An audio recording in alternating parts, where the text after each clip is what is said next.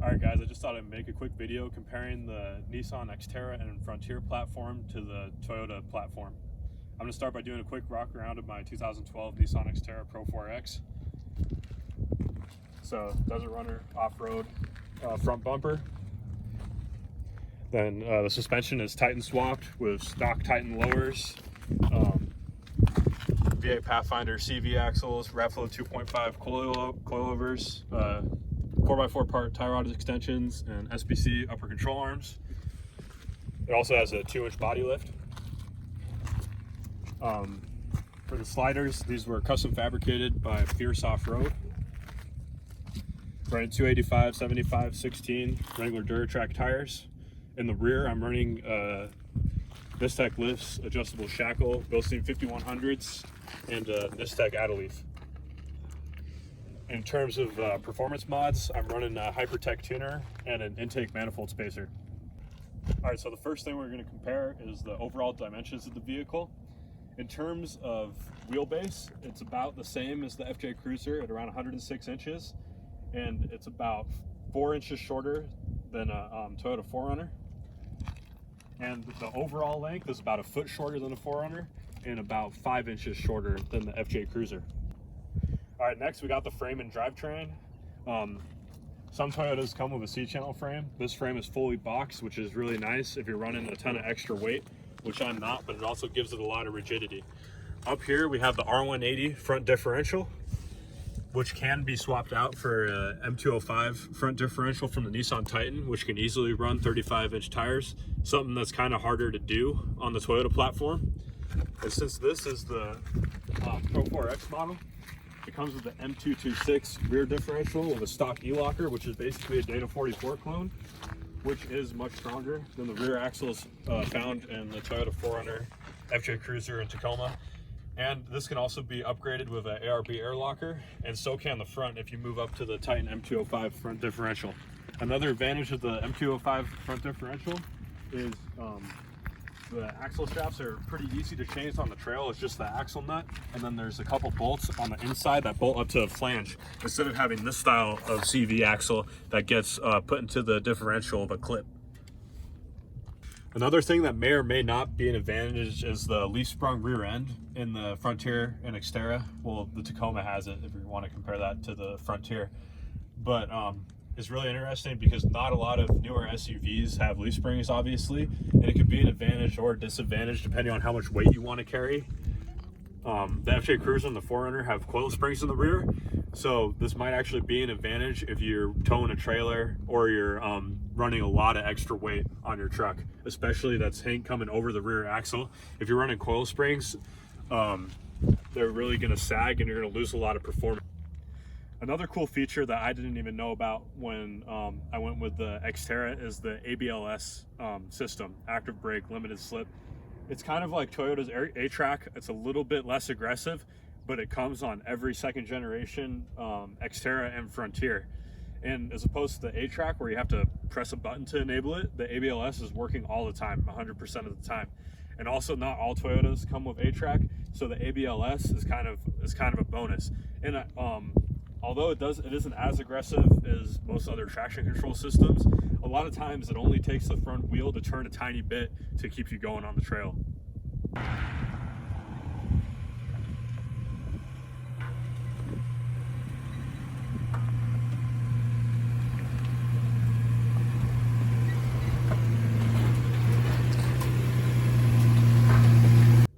Alright, this is my opinion, is a huge advantage of the Nissan Frontier Xterra platform is the 4.0 V6.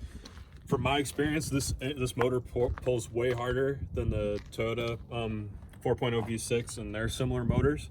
It makes a lot more torque down low, and you can really feel it when you're driving this thing around.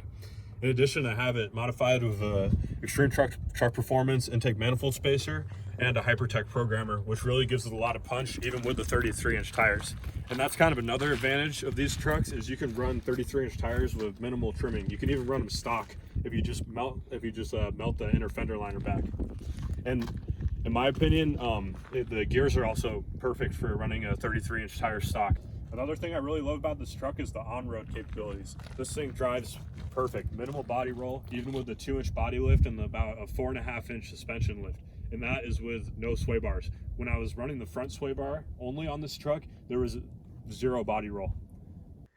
Another great feature of the 2nd gen Xterra and Frontiers is the Rocker Fosgate sound system.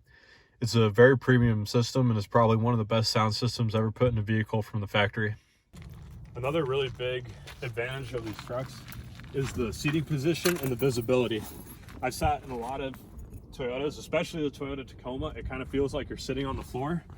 These trucks have really comfortable seats, and you have a really nice field of view out of the front of the car. And then you also hardly have any blind spots going towards the back, so you can see everything 360 degrees all around you. One place where I think the Nissan platform falls very, very short of a Toyota platform is the availability of aftermarket support, especially with bumpers and sliders. A lot of the companies, there's only a couple different companies to choose from, and a lot of times you're going to be waiting a lot. Luckily, I found Desert Runner off-road, and the wait for the bumper was about 5 months, but I think it was well worth it. It fits the truck really well, and it's also not too heavy. These sliders, like I said, were custom built by Fierce Off-Road in Santa Clarita, California. And this is another thing that's kind of a pain with these trucks is finding sliders. You're gonna have to wait a long time. So if you go with a Toyota 4Runner or an FJ Cruiser, there's gonna be a lot more options available for this stuff. But also, with a suspension, there's not a ton of stuff to choose from, but I do believe that the ability to tighten swap these trucks is a huge advantage with choosing this platform. You're gonna get about as much travel as anybody could use out of an IFS setup, and then it's also much cheaper than doing a similar setup with coilovers and extended arms on a Toyota. This setup gets around 10.5 to 11 inches of travel, and I maybe put about $2,000 into it. The most expensive parts being the coilovers and the upper control arms, and you could honestly do it for even less if you went with stock control arms and a Tundra coilover, which there's some information online about it. It's not perfect. The wrap flows are great because they have the threaded shock bodies to where you can adjust the height of the truck anywhere from around stock height up to 4.5 inches of lift. So in my opinion, this setup is very cost effective to get that 12 inches of travel. That would cost upwards of $4,000 to $5,000 on the low end to do to a Toyota. Go. I want to talk a little bit more about the Titan swap setup. And the first thing I want to say is that if you're a Nissan owner and you're thinking about doing this, just do it. I really think it is, in terms of like any vehicle, the best compromise between on and off-road capability, because you're keeping the IFS that does really well on-road, but then you have the 10 to 11, maybe even 12 inches of travel that you get to use off-road. It is not, I'm gonna be the first person to say it's not as good as a solid axle, but for what most people do, I think it's really great. And I don't do a lot of crawling. I mostly do higher speed stuff, and this stuff does it perfectly. Trails, higher speed stuff, and the light rock crawling. So definitely do it if you're considering it.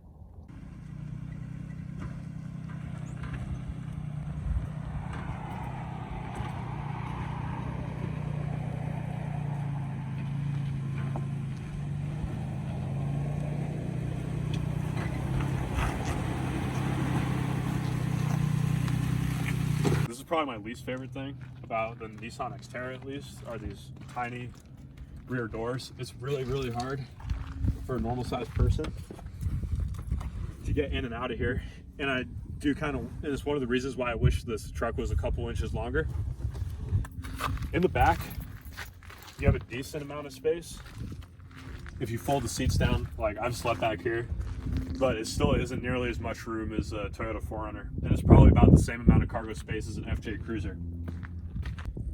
Another thing to consider when looking at a 2nd gen Frontier or Xterra is the 6x4.5 bolt pattern.